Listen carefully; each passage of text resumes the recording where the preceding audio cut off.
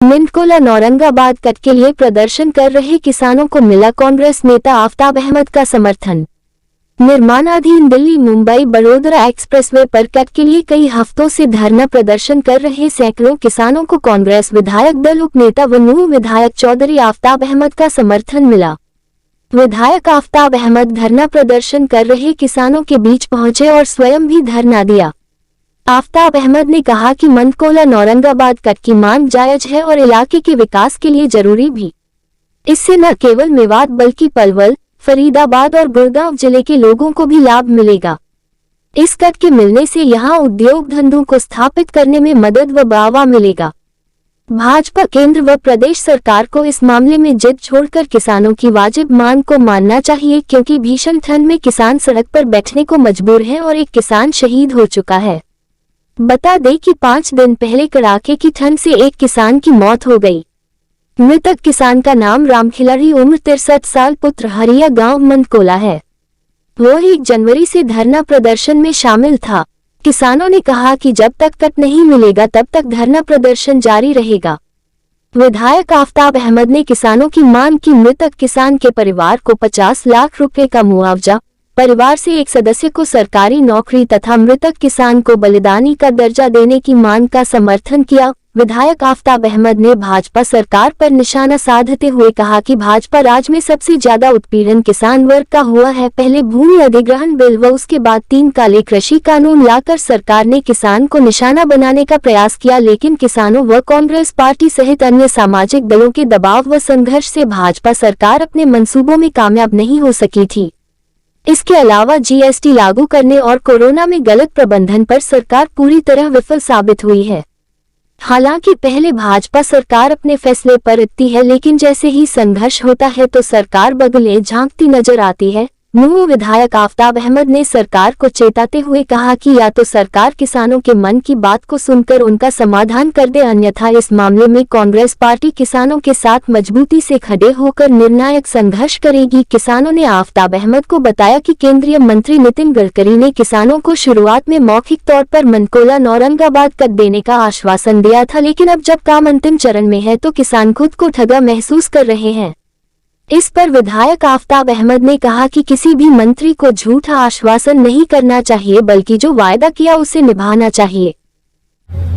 मिंटकोला Aurangabad cut की जो Mumbai green express highway पे हमारे 1 तारीख से 1 जनवरी से 14वां दिन है आज, जो धरना प्रदर्शन यहाँ के सिरदारी, यहाँ के 80 गांव और नंगला जो यहाँ संघर्ष कर रहे हैं, आज उसमें अपनी तरफ से, अपने इलाके की तरफ से और अपनी पार्टी की तरफ से हम आज उनका पूर्ण समर्थन और उनकी जायज़ मांग है, जिसमें हमारे पहले भी नेता आके अपना समर्थन दे चुके हैं। आज हम स्वयं आके इस धरने में शामिल होके अपना समर्थन भी देते हैं, अपना साथ भी देते हैं और सरकार से मांग करते हैं कि जन भावनाओं को देखते हुए ये ज़रूरी है कि विकास और आगे इसकी प्रगति हो, इस इलाके की औद्योगिक जो है प्रगति हो, उसके लिए ये कट बहुत ज़रूरी है।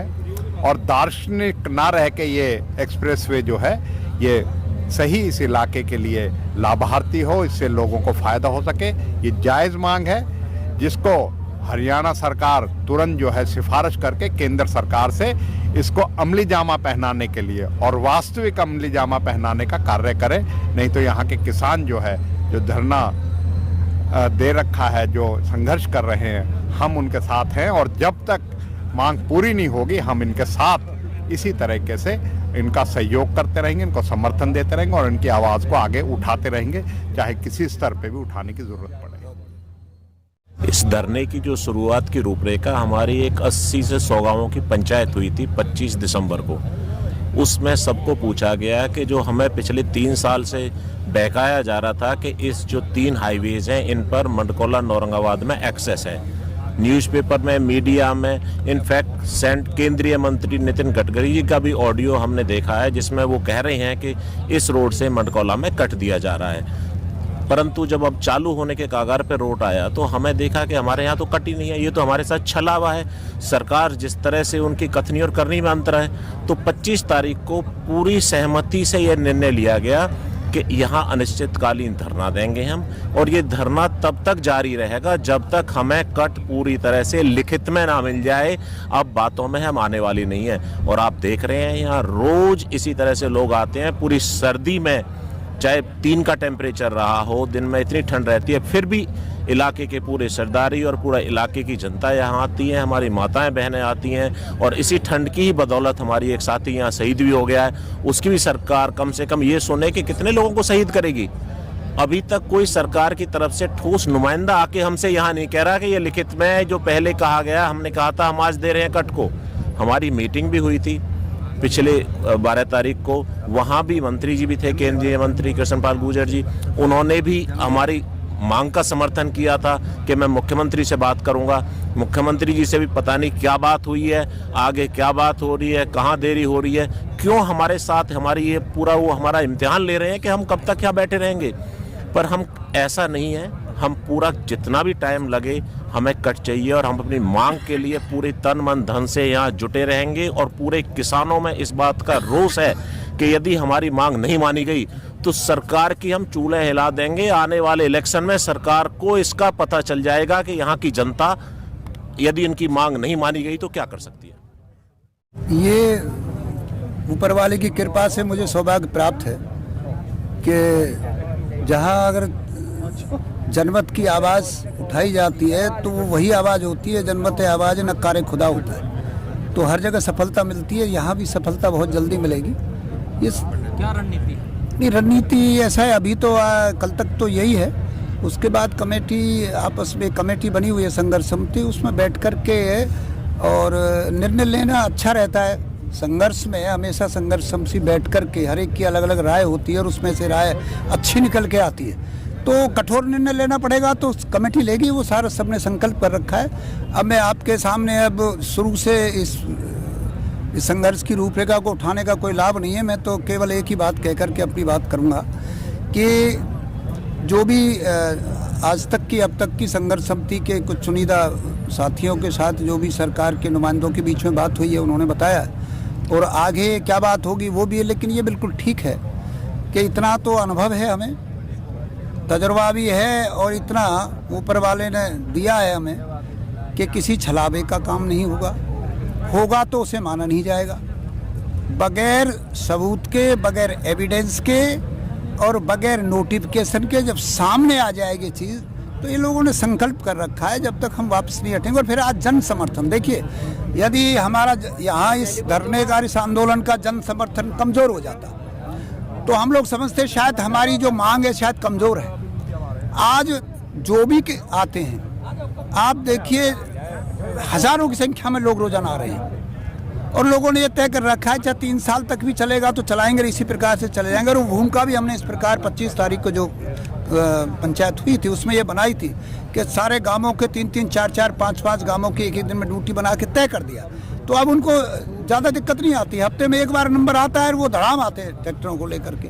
तो ये लंबा चलता रहेगा। खाने पीने की व्यवस्था नौजवानों ने संभाल रखी है, बहुत अच्छी संभाल रखी है। मेरा केवल एक ही बात कहना है, ये संकल्प है हमारे सबका, हम चल पड़े तो मंजिल पे दम लेंगे, हम चल पड़े तो मंजिल पे दम लेंगे।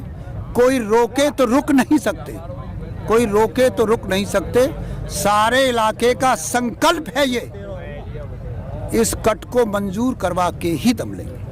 सौरभ साहब, कुछ दिन पहले से उस दिन बात हुई, हमारे 5 जो हमारे किसान की कमेटी गई थी, तो उन्होंने अगले दिन की बात कह के जो सहमति बनाई वो मेरे से पहले बता भी दिया है। उसमें एक पॉइंट पर कुछ सहमति बनी। उस सहमति का ये हुआ कि अगले दिन मुख्यमंत्री को पलवल में आना था, तो पलवल मुख्यमंत्री के सामने रखा उसे। तो रखने के बाद मुख्यमंत्री ने कहा मेरे पास प्रपोजल भेजिए। तो ये सरकार का प्रोसेस होता है, उस प्रोसेस में आप देखते हैं अगर जल्दी, अगर उनकी नीयत ठीक है, मैं अब भी कह रहा हूँ सरकार की यदि नीयत ठीक होती है तो 6 महीने का काम 15 दिन में हो जाता है।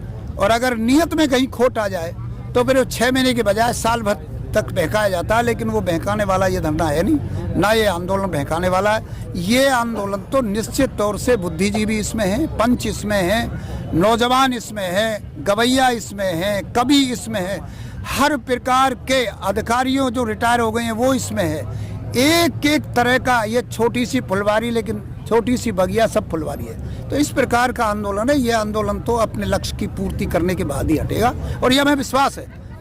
ये तो ब्रिज के क्षेत्र की धरती है, यहाँ तो बड़े बड़े आंदोलन हुए हैं, और आंदोलन ऐसे हुए हैं जिन पर दिल्ली भी फतेह की है। तो ये लोग तो फतेह करके पीछे हटेंगे, नहीं तो नहीं जाएंगे। अखबारों की सुर्खी ये अखबारों की बातों में तो हमारा कोई भी ना कार्यकर्ता, ना कोई पंच, ना कोई हमारी कमेटी का कोई सदस्य अखबारों में तो यकीन कर नहीं रहे हम। तो हम तो ये करेंगे, अखबारों की अगर कहीं कोई आई है उसके बाद वो प्रैक्टिकल रूप में, व्यवहारिक रूप में हमारे सामने आएगा, तभी उस बात को माना जाएगा। अखबार में की बात को तो कैसे मान लेंगे हम लोग। और अगर वो भी सरकार का एक हिस्सा है, दुष्यंत चौटाला सरकार का एक हिस्सा है, यदि वो पॉजिटिव बात कर रहा है तो उसे प्रैक्टिकल में लाए और लगे कि हाँ किसानों के हित में। उसका तो देखिए, उसका तो प्रधान चौधरी देवीलाल का तो आज भी नाम लेते हैं लोग, और पार्टी राजनीतिक पार्टियों से उठ करके लेते हैं। तो अगर उसमें वो खून है उसकी रगों में, जो कहते हैं वो सभाओं में अगर खून है, तो इसको मजबूती के साथ मुख्यमंत्री के सामने अड़के और करवाए इसे, और फिर आए, स्वागत करेंगे हम। ये इलाका स्वागत करेगा। जो भी इस मंजूर करके लेके आएगा, दिखाएगा भाई मैं मंजूर करके लाया हूँ, अरे उन्हें हाथों पे उठाएंगे, हम उनका भी स्वागत करेंगे।